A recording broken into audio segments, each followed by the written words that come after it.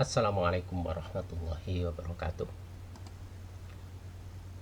Selamat bertemu lagi di pertemuan mata kuliah profesi, bimbingan, dan konseling. Setelah pada pertemuan pertama saudara memperoleh orientasi mengenai bongkah keseluruhan isi mata kuliah profesi, bimbingan, dan konseling. Pada pertemuan kedua ini saya ajak saudara untuk masuk pada langkah kecil yang sangat penting untuk memulai mengenal dan lebih jauh membangun komitmen saudara pada profesi bimbingan dan konseling. Untuk itu, yang pertama, saudara saya ajak untuk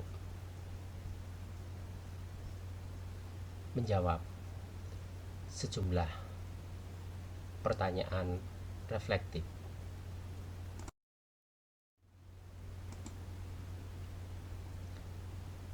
Pertanyaan-pertanyaan reflektif ini penting untuk membangun karakter keprofesian saudara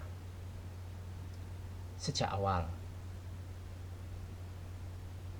Pertanyaan-pertanyaan ini sifatnya personal. Karena itu, apa yang Anda lakukan nanti diharapkan juga secara kuat berakar pada pribadi saudara.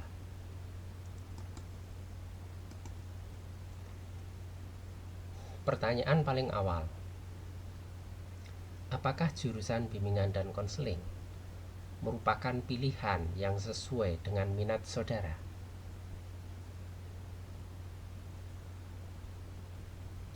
Ini perlu kejujuran untuk melihat.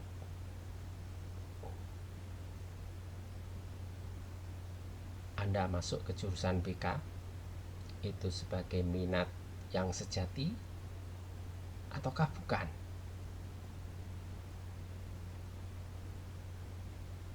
Anda tidak perlu khawatir untuk melihat apa adanya.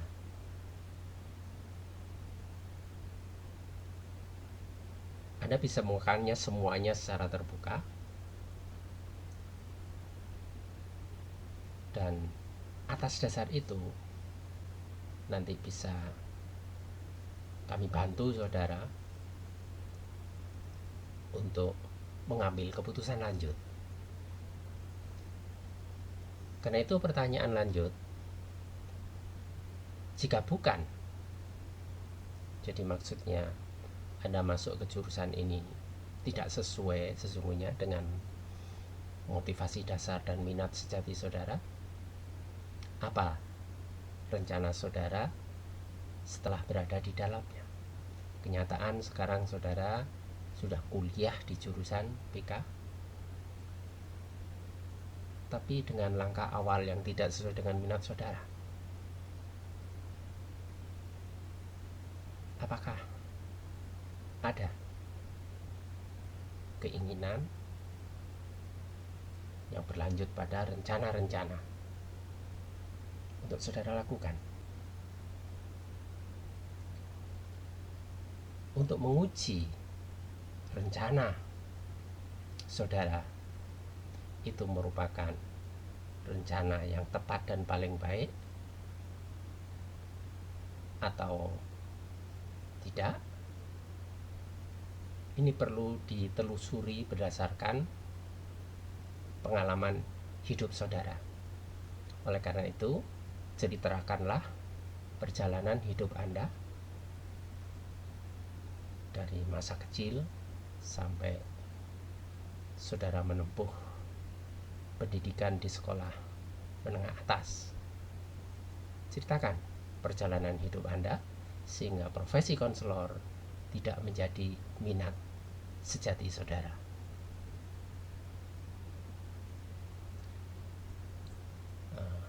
Dari cerita ini diharapkan nanti bisa ditemukan poin-poin tertentu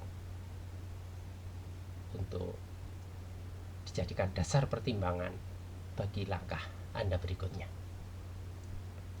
Ini untuk Anda yang masuk ke jurusan BK tidak sesuai minat saudara.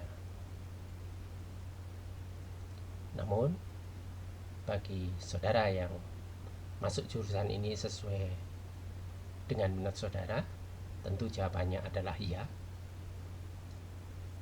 Maka lanjutkanlah pada pertanyaan berikutnya. Apa yang membuat Anda tertarik pada profesi BK? Siapa yang telah mempengaruhi keputusan saudara? Karena mengambil keputusan itu bisa ada pertimbangan pribadi dan ada faktor-faktor di luar diri yang ikut terlibat pada proses dan mempengaruhi keputusan seseorang. Adakah peristiwa-peristiwa tertentu yang berkontribusi besar terhadap keputusan Anda? Pengalaman hidup Anda, peristiwa-peristiwa spesifik, kesan-kesan yang kuat yang ikut menentukan putusan Anda. Lalu apa motivasi utama Anda ingin menjadi seorang konselor? Setiap orang punya alasan, punya motivasi, punya tujuan. Apa motivasi utama Anda? Apa kebutuhan pribadi Anda yang Anda pikirkan yang mungkin itu dapat Anda penuhi melalui pekerjaan atau profesi konselor?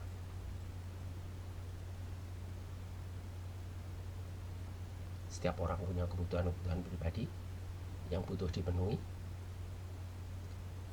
Pemenuhan kebutuhan itu diantaranya terpenuhi melalui kerja. Nah, apakah pekerjaan? Pada profesi konselor ini nantinya Anda bayangkan dapat memenuhi kebutuhan-kebutuhan pribadi Anda itu.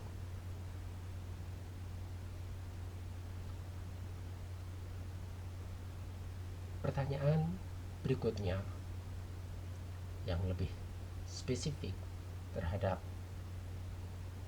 kerja konseling. Pikirkanlah saat Anda membutuhkan bantuan dari seorang konselor. Apa yang paling Anda inginkan dari orang ini? Kalau Anda sebagai konselinya, Anda tentu punya harapan-harapan tertentu. Apa menurut Anda hal-hal yang dilakukan oleh orang yang Anda harapkan membantu Anda ini? Sikap dan perbuatan apa dari orang tersebut yang mungkin membantu atau sebaliknya menghambat perkembangan pribadi Anda?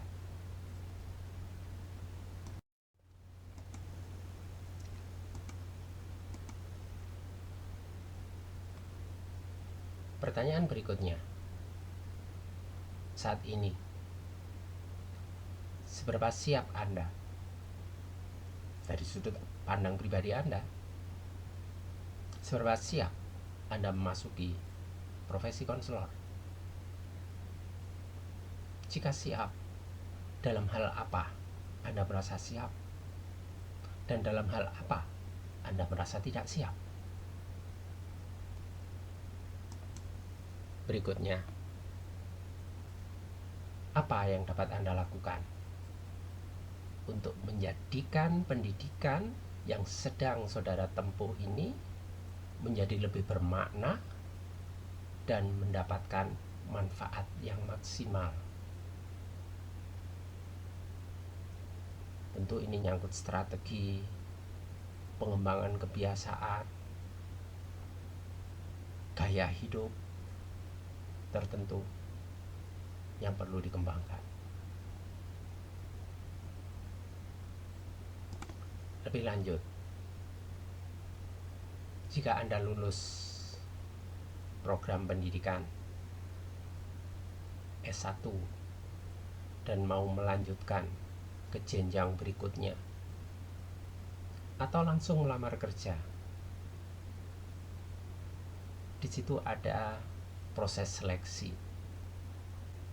Bagaimana saudara akan menanggapi pertanyaan berikut kalau dalam seleksi itu ada wawancara atau mungkin daftar isian yang perlu Anda tuliskan berkenaan dengan pertanyaan kualitas, sifat, sikap, nilai, dan keyakinan apa yang penting menjadi konselor yang efektif. Apa jawaban saudara? Bagaimana karakteristik pribadi ini bisa menjadi aset, menjadi kekayaan pribadi, karakter, atau kewajiban bagi Anda sebagai konselor?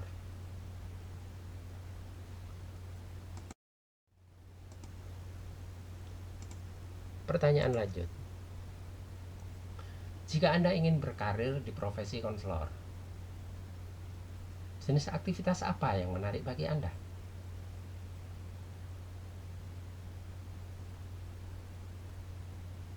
Anda punya gambaran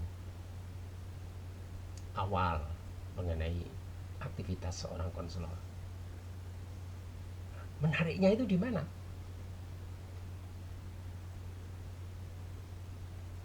Yang secara jelas bisa dilihat ialah konselor bekerja dengan konseli. Lalu dengan konseli seperti apa Anda ingin bekerja?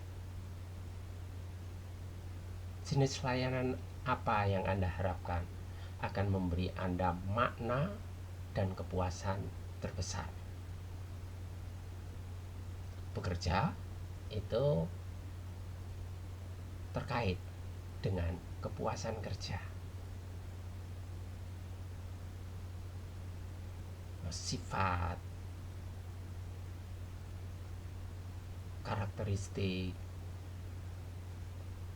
pola, dan konsekuensi kerja tertentu itu berkaitan dengan kepuasan kerja. Apa yang bisa membuat saudara puas dengan pekerjaan di profesi tersebut?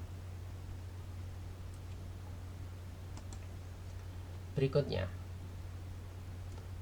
kekuatan pribadi apa yang Anda miliki yang akan membantu Anda dalam pekerjaan Anda sebagai seorang konselor?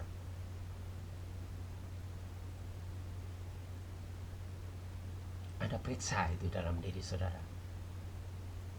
Lalu keterbatasan pribadi apa? Keterbatasan pribadi apa yang mungkin menghalangi pekerjaan saudara?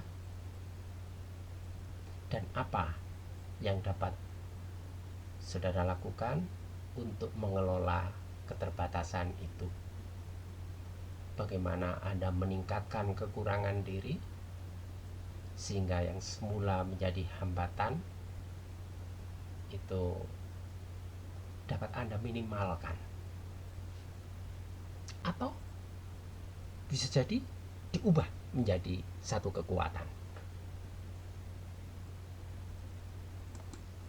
Pertanyaan lanjut, Dengan cara apa Anda dapat belajar tentang apa yang diperlukan dalam profesi konselor. Profesi ini membutuhkan pengetahuan, keterampilan, sikap, gaya hidup tertentu. Apa yang akan Anda perbuat untuk membangun karakter dalam kerangka profesi konselor? Dan terakhir, peran apa yang sejauh ini telah dimainkan oleh nilai-nilai pribadi Anda dalam memilih karir pada profesi konselor? Setiap orang memiliki sejumlah nilai yang berpengaruh pada motif-motif dasar untuk membuat pilihan dan berperilaku tertentu. Sejauh mana nilai-nilai itu telah mengambil peran dalam pilihan dan perbuatan Anda.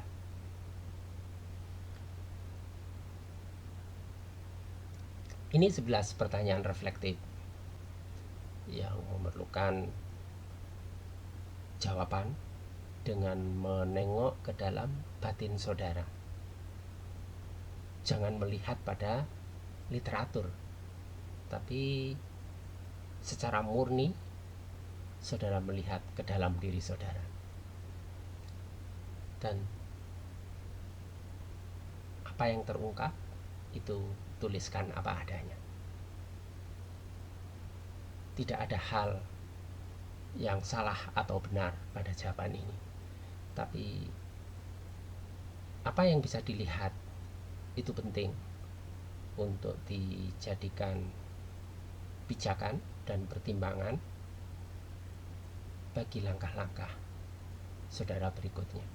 Apakah itu saudara nanti akan mengembangkan komitmen yang lebih kuat terhadap profesi ini, atau sebaliknya.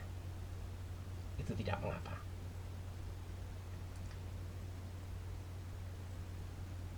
Lalu untuk memperkuat keputusan, mempertajam pertimbangan, pertanyaan-pertanyaan reflektif ini perlu juga disandingkan dengan hasil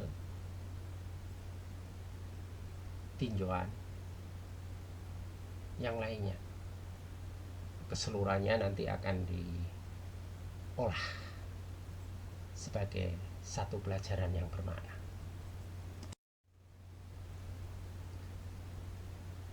Jadi, untuk melengkapi hasil retrospeksi Anda melalui pertanyaan-pertanyaan reflektif itu, selanjutnya secara eksternal, ekstrospeksi, lakukanlah survei sederhana terhadap konselor lapangan. Pengalaman mereka itu bermakna dan akan membantu saudara dalam mempertajam pertimbangan dan pengambilan setiap keputusan penting dalam hidup Anda.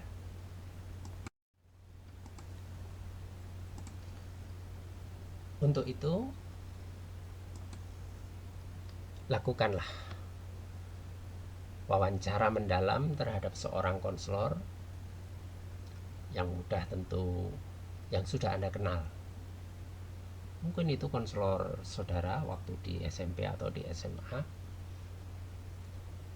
atau siapa saja seorang konselor yang saudara kenal yang telah memiliki pengalaman lapangan yang cukup.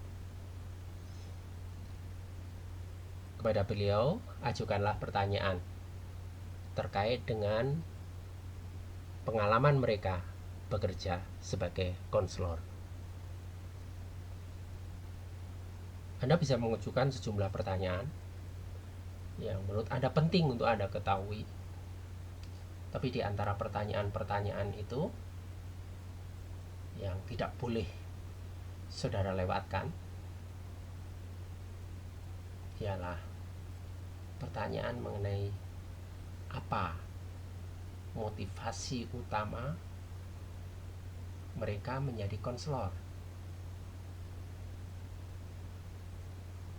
Bisa ada satu, bisa lebih, dan sejumlah alasan yang mereka miliki. Coba Anda telusuri itu.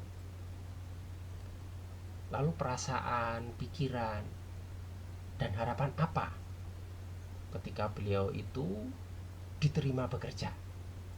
Jadi begitu mendapat pengumuman diterima kerja, itu mesti ada perasaan, pikiran, dan harapan yang bermain dalam dirinya. Apa itu? Lalu bagaimana pengalaman awal atau tahun-tahun awal menjadi konselor? Langkah awal itu menghadirkan suasana yang sangat khusus dalam perjalanan karir setiap orang. Ini perlu dilihat. Anda perlu mengetahui bagaimana pengalaman mereka pada tahun-tahun awal bekerja. Lalu adakah pergulatan atau bagaimana berlangsungnya pergulatan antara keyakinan, kepercayaan diri, kemantapan, optimisme dalam bekerja di satu sisi, dan adanya keraguan, kecemasan, ketidakpastian saat memulai kerja.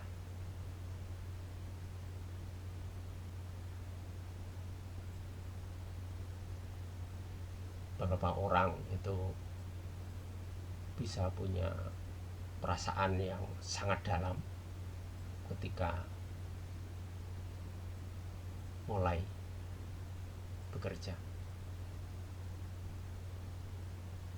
Seorang guru itu kadang-kadang ada yang belum punya kesiapan, tidak punya kepercayaan diri sampai beberapa tahun. Nah, bagaimana pengalaman pribadi konselor yang Anda temui ini? Berikutnya, perasaan apa ketika pertama kali melayani seorang konseling?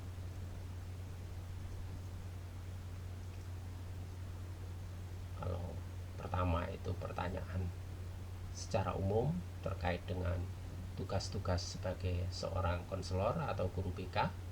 Lalu secara spesifik ketika menghadapi seorang konseli dalam situasi konseling, bagaimana? Adakah situasi tertentu berikutnya yang bisa memunculkan perasaan bahwa saya telah gagal? Jadi bilakah muncul perasaan gagal? Pernahkah mengalami jalan buntu dalam bekerja? Tidak jelas apa yang akan diperbuat. Lalu apa yang dilakukan ketika hal itu terjadi?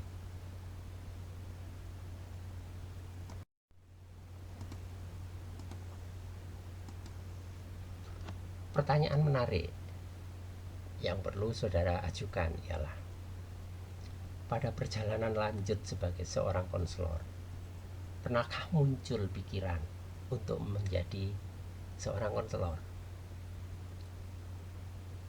pikiran semacam ini mungkin saja terjadi pada seseorang karena menghadapi situasi tertentu, lalu pilihannya membayangkan untuk dialihkan pada hal yang lain.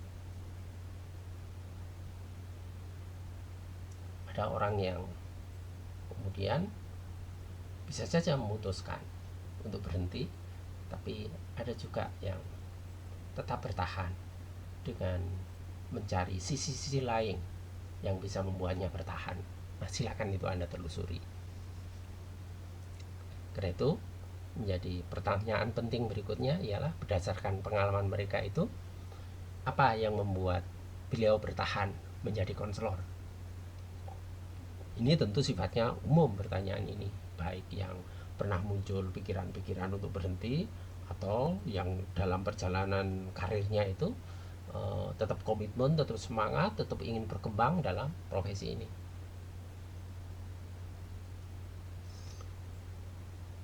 Lebih lanjut, saudara telusuri bilakah mereka itu merasa berhasil dalam kerja. Situasi apa, kondisi bagaimana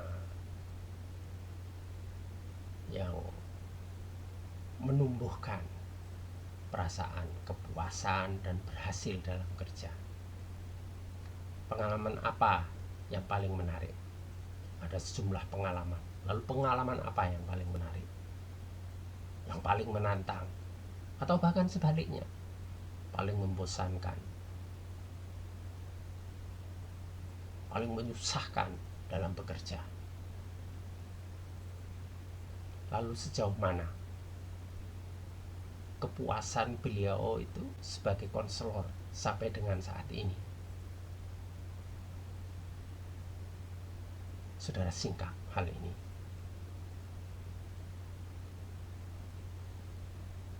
Secara spesifik, saudara ketahui, saudara lacak, saudara tanyakan mengenai konseli bagaimana yang membuat beliau itu merasa nyaman, merasa enak, merasa semangat untuk melayani.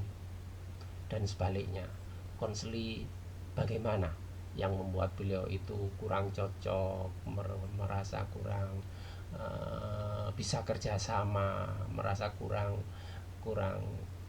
seret, kurang suka, atau bahkan ingin menolaknya untuk melayani. Tanyakan pula kebutuhan pribadi apa yang terpenuhi dari kerja konseling. Ini nanti bisa menjadi perbandingan bagi saudara, dikaitkan dengan pertanyaan-pertanyaan reflektif yang sudah saudara buat. Lalu kondisi apa saja yang paling membantu keberhasilan kerja menurut beliau, pengalaman pribadinya menjadi seorang konselor. Dan tanyakan inovasi apa saja yang telah beliau lakukan selama perjalanan karirnya. Ada orang yang bekerja itu ya rutinitas dari waktu ke waktu, tapi ada yang terinspirasi untuk membuat pembaharuan. Nah, pembaharuan inovasi apa yang telah dikembangkan oleh beliau selama karir konselingnya ini.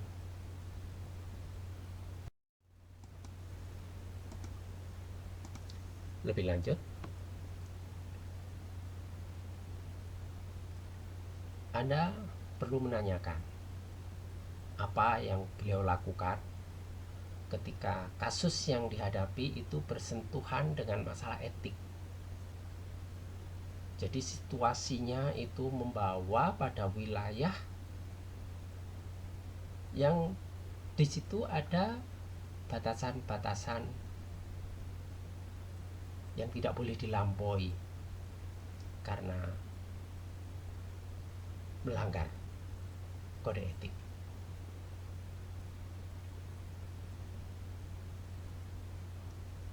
Setiap orang mungkin punya pengalaman seperti itu. Ini perlu Anda ketahui. dari pengalaman mereka. Apa peran kolega bagi perkembangan karir beliau? Apa peran atasan bagi perkembangan karir beliau? Dan bagaimana kesemuanya itu terjadi? Kolega, atasan, supervisor, atau orang-orang senior yang ia percayai. Lalu sejauh mana beliau itu terlibat pada organisasi profesi, keaktifannya,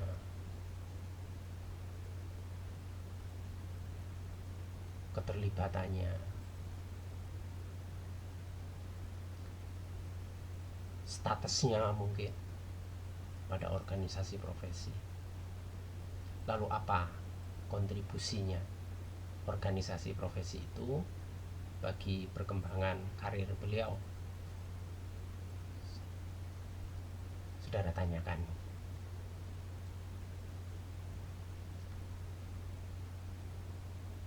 Hal lain, seberapa besar pendidikan yang telah beliau tempuh itu menyumbang kesiapannya dalam menekuni profesi konselor. Berbagai jenjang yang bisa ditempuh konselor di sekolah,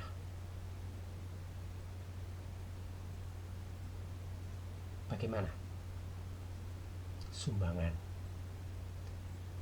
dari pendidikan yang beliau tempuh itu?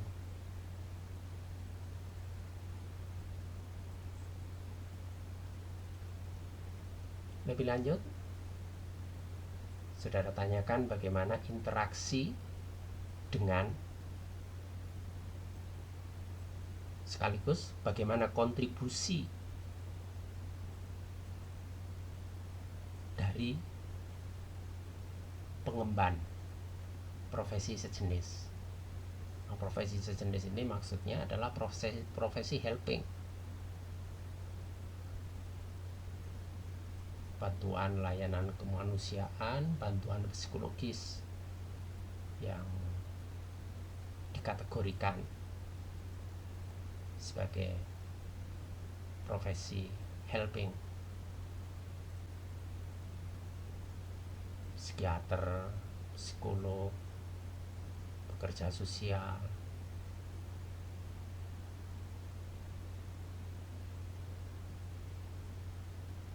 konsultan keluarga. Nah, ini semuanya masuk pada profesi helping. Adakah interaksi yang telah beliau alami sejauh perkembangan karirnya dan bagaimana kontribusinya bagi perkembangan karir beliau? Lalu tanyakan, apa saran beliau terhadap Anda selaku seorang konselor? Dan apa saran beliau bagi lembaga pendidikan konselor? Ini pertanyaan-pertanyaan pokok yang tidak boleh saudara lewatkan. Lalu saudara boleh mengajukan pertanyaan-pertanyaan yang lain, digalilah informasi lain yang menurut Anda itu perlu untuk diketahui.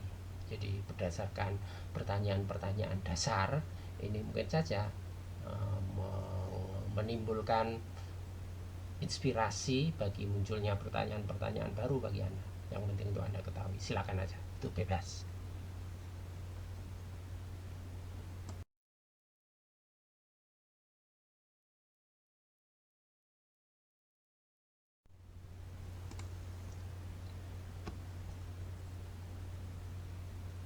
Berdasarkan hasil refleksi diri, pertanyaan-pertanyaan reflektif dan wawancara mendalam mengenai pengalaman seorang konselor yang sudah Anda temui. Kesimpulannya sekarang, bagaimana gambaran profesi PK menurut Anda sekarang? Melalui pertanyaan reflektif dan wawancara terhadap konselor lapangan, mungkin saja gambaran yang ada di diri saudara itu berubah. Nah, sekarang gambaran terbaru ini saudara deskripsikan. Nah, terkait dengan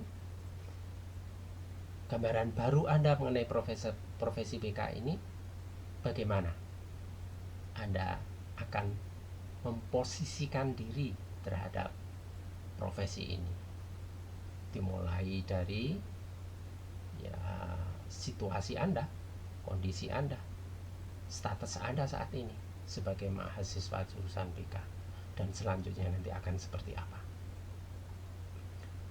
Ini sebagai hasil akhir dari proses Anda melakukan pertanyaan-pertanyaan reflektif dan studi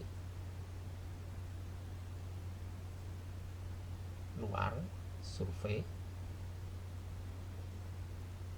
ekstrospeksi terhadap seorang konselor.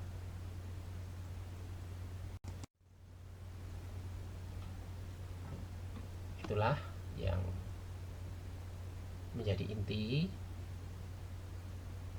informasi dan kegiatan yang perlu saudara lakukan pada perkuliahan pekan kedua ini. Sebelum mengakhiri, saya ingatkan kembali mengenai tugas kelompok, bahwa presentasi kelompok 1 dimulai pada pertemuan keempat dan berikutnya kelompok 2 dan seterusnya.